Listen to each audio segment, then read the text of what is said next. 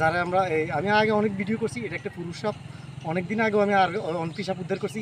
এই মুহূর্তে এটা দেখেন আহত হয়ে গেছে গিয়ে, কিন্তু যারা সাপ জানে না, চিনে না, শোনে না, তারা সাপটার মারছে দেখেন, কিন্তু তারা একবারই এই সাপ সম্বন্ধে ধারণাহীন। তারা সাপটার মারছে, আমিও এই সাপটাকে উদ্ধার করছি। আমি আগে একবার দেখছিলাম, ধরতে পারছি না, পরে এই সাপটারে তারা আহত করে লেছে, তার আমি সাপটারে করছি, উদ্ধার করছি।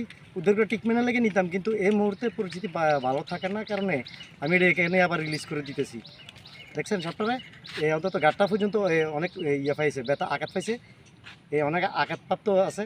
তো এটা আমি ঠিক করার লেগে নিলাম হইলে, কিন্তু এটা এই মুহূর্তে রিলিজ করে দেওয়া দরকার। কি এই মুহূর্তে চতুর্দিক থেকে সাপ উদ্ধার হইতেছে, এত বন্যপ্রাণী রাখা আমাদের দ্বারা অসম্ভব। আমরা চেষ্টা করতেছি এটা রিলিজ করে দেবো। আমি দেখেন এটা এখানে রিলিজ করছি, যাতে এই জায়গার পরিবেশটা এটা আবার সব কিছু চিনে আবার ভারসাম্য বজায় রাখতে পারে। দেখুন একদম অবিশুদ্ধ সাপ। বাংলা নাম হচ্ছে হ্যালে, ইংরেজির নাম বাফ স্টিপ কিলব্যাক।